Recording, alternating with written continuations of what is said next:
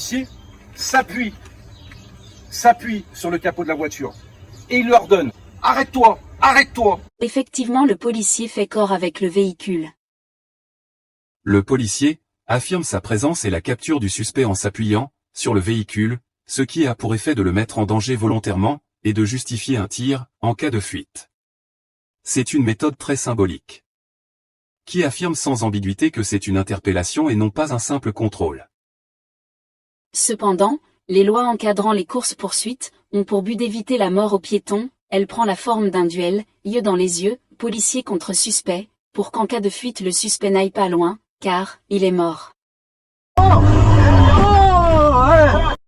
En fait, le tireur a respecté la procédure. Cependant l'autre a outrepassé sa fonction, créant un vice de procédure. Le tireur a donc tiré selon la procédure, qui la procédure, a pu être appliquée grâce à un vice de procédure. Donc le tireur n'aurait pas dû engager la suite de la procédure, et aurait dû remplacer son collègue et recommencer la procédure. N'ayant rien fait, il est complice de cette machination procédurale. Je le répète 3 fois s'il le faut, le suspect ne doit pas paniquer, les policiers ne doivent pas le faire paniquer, le policier doit agir vite et propre. Il faut créer les conditions de l'arrestation, et ne pas se mettre volontairement en danger. Le métier est suffisamment dangereux comme ça. Alors comment intervenir dans ces conditions? Eh bien premièrement ne pas inquiéter le suspect pendant sa filature, et temporiser le temps de créer les conditions de l'arrestation. Le motard fait signe à la conductrice de le suivre et de se garer sur ce parking. Mais apparemment, elle n'a pas l'intention d'obéir.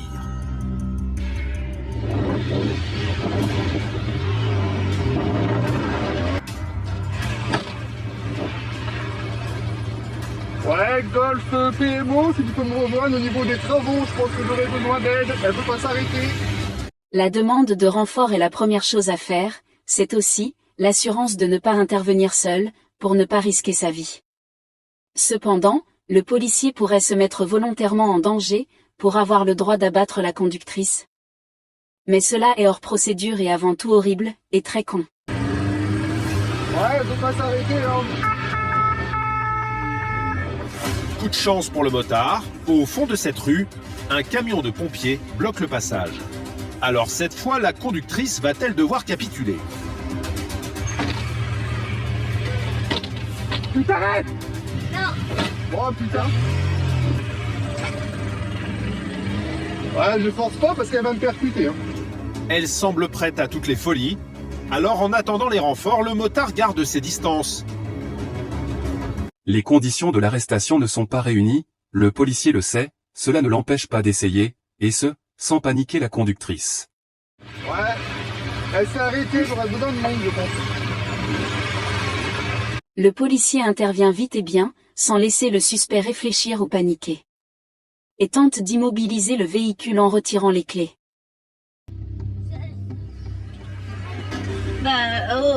Ah, mais c'est une brigade entière là. Ah oui. Rien que pour vous. Rien pour moi. Voilà, donc maintenant on va se détendre, on va se calmer, d'accord? Ah oui. Voilà. Oui, j'ai rien fait de mal. Hein. Bon. Allez, vous allez souffler dans l'alcotest? Oh, merde. Ah bah oui, hein. Une interpellation est toujours source de stress, mais vous voyez que bien fait, cela peut être humain. Donc comment arrêter un véhicule à l'arrêt? Nous avons les mâchoires, les herses, les barrages. J'ai des gendarmes au péage. Toutes les voies sont fermées sauf celle le plus à droite. Peut-être la fin de cette folle poursuite. Mais le chauffard ne ralentit pas et défonce la barrière. Ce qu'il n'a pas vu, c'est la herse placée au sol par des gendarmes, qui a crevé 2 de ses pneus. Le véhicule en fuite est contraint de s'arrêter quelques mètres plus loin. Arrête-toi! Arrête-toi! Stop! Stop! Arrête-toi tout de suite! Tout de suite! 15 policiers prennent la voiture en tenaille. Ils brisent le pare-brise du véhicule pour que le conducteur ne puisse pas repartir. Les 4 occupants sont peut-être armés et dangereux. Yann et ses hommes les interpellent immédiatement. Retourne-toi avec les mains dans le dos.